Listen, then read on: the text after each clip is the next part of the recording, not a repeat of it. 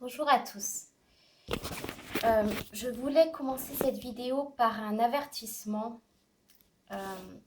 Tous les conseils que je vais donner, moi-même, j'ai une immense difficulté, une difficulté incommensurable à les appliquer. Donc je me sens extrêmement mal placée pour les donner. Cependant, je vais quand même les donner parce que je les pense justes et je pense que nous en avons tous besoin. C'est un sujet qui est extrêmement grave et je ne voudrais pas que vous pensiez que je prends ces choses à la légère parce que je n'y mettrai pas la bonne intonation. J'ai du mal parfois à exprimer mes émotions, en particulier quand je me filme de cette façon. Et j'ai préparé à l'avance ce que j'allais dire, donc je ne ressentirai pas la même émotion qu'au moment où j'ai écrit le texte de cette vidéo. Et je ne voudrais pas que vous croyiez que je dis tout cela avec détachement, ni que j'énonce une sagesse abstraite qui ne serait pas basée sur un vécu personnel, car malgré ce que je vais dire correspond vraiment à ce que j'ai vécu et ce que j'ai compris de ce que j'ai vécu. Je voulais poursuivre dans cette vidéo le sujet que j'ai introduit dans ma vidéo précédente, qui correspond à une question posée par Steve Jobs dans son discours à l'université de Stanford. Ce n'est pas pour faire une apologie de Steve Jobs, mais parce que la question qu'il pose, je la juge extrêmement importante. Donc je vais lire le passage en particulier qui correspond donc au sujet de cette vidéo. Si aujourd'hui était le dernier jour de ma vie, est-ce que j'aurais envie de faire ce que je vais faire aujourd'hui? Donc ça, c'est une question qui nous invite à nous poser. Donc et ensuite, il poursuit. Et à chaque fois que la réponse était non, trop de jours d'affilée, je savais qu'il fallait que je change quelque chose. Me souvenir que je vais bientôt mourir est l'outil le plus important que j'ai jamais eu pour m'aider à prendre de grandes décisions dans la vie.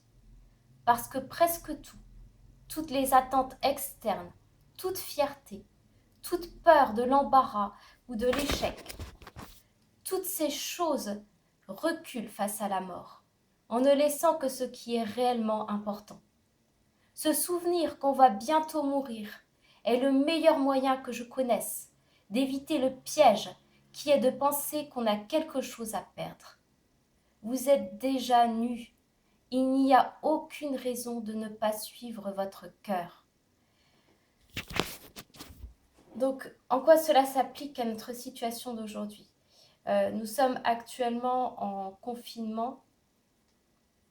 Certains sont contraints de continuer de se rendre physiquement à leur travail, d'autres sont en télétravail, d'autres ne peuvent pas travailler.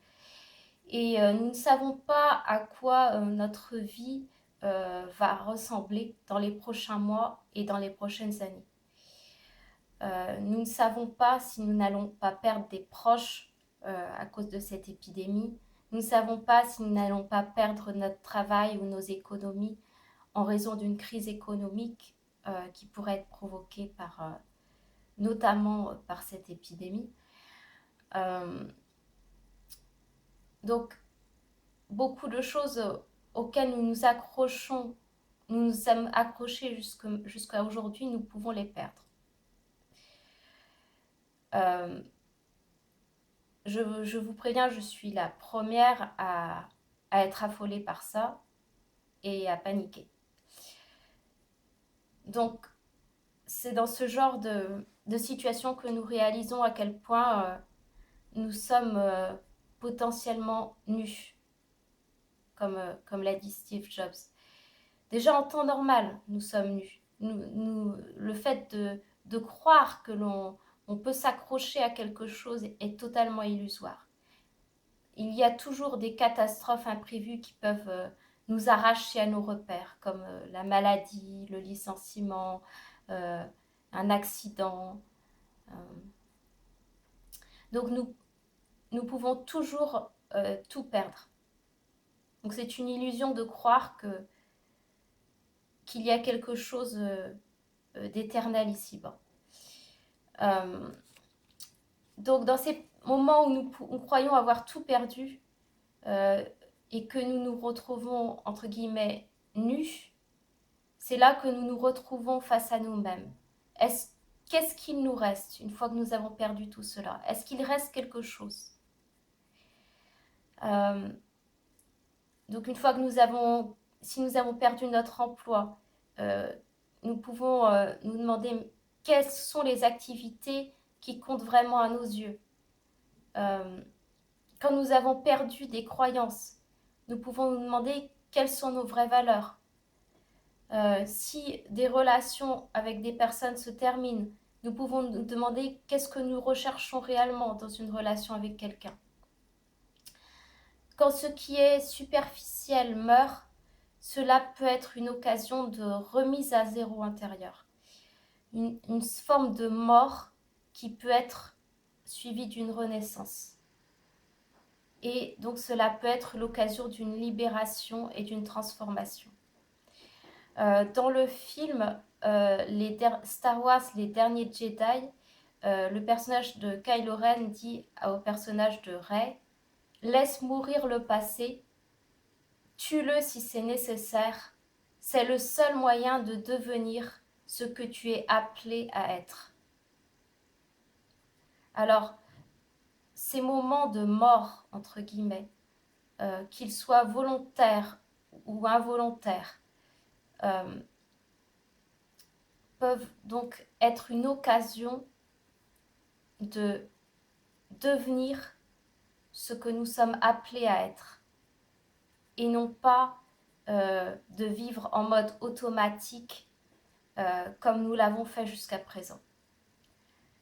Pour conclure, je vais terminer par vous poser cette question. Je vous invite à vous poser cette question. Pourquoi êtes-vous ici sur Terre? Quelle est votre raison d'être? Quelle est votre vocation? Au revoir et bonne journée à vous.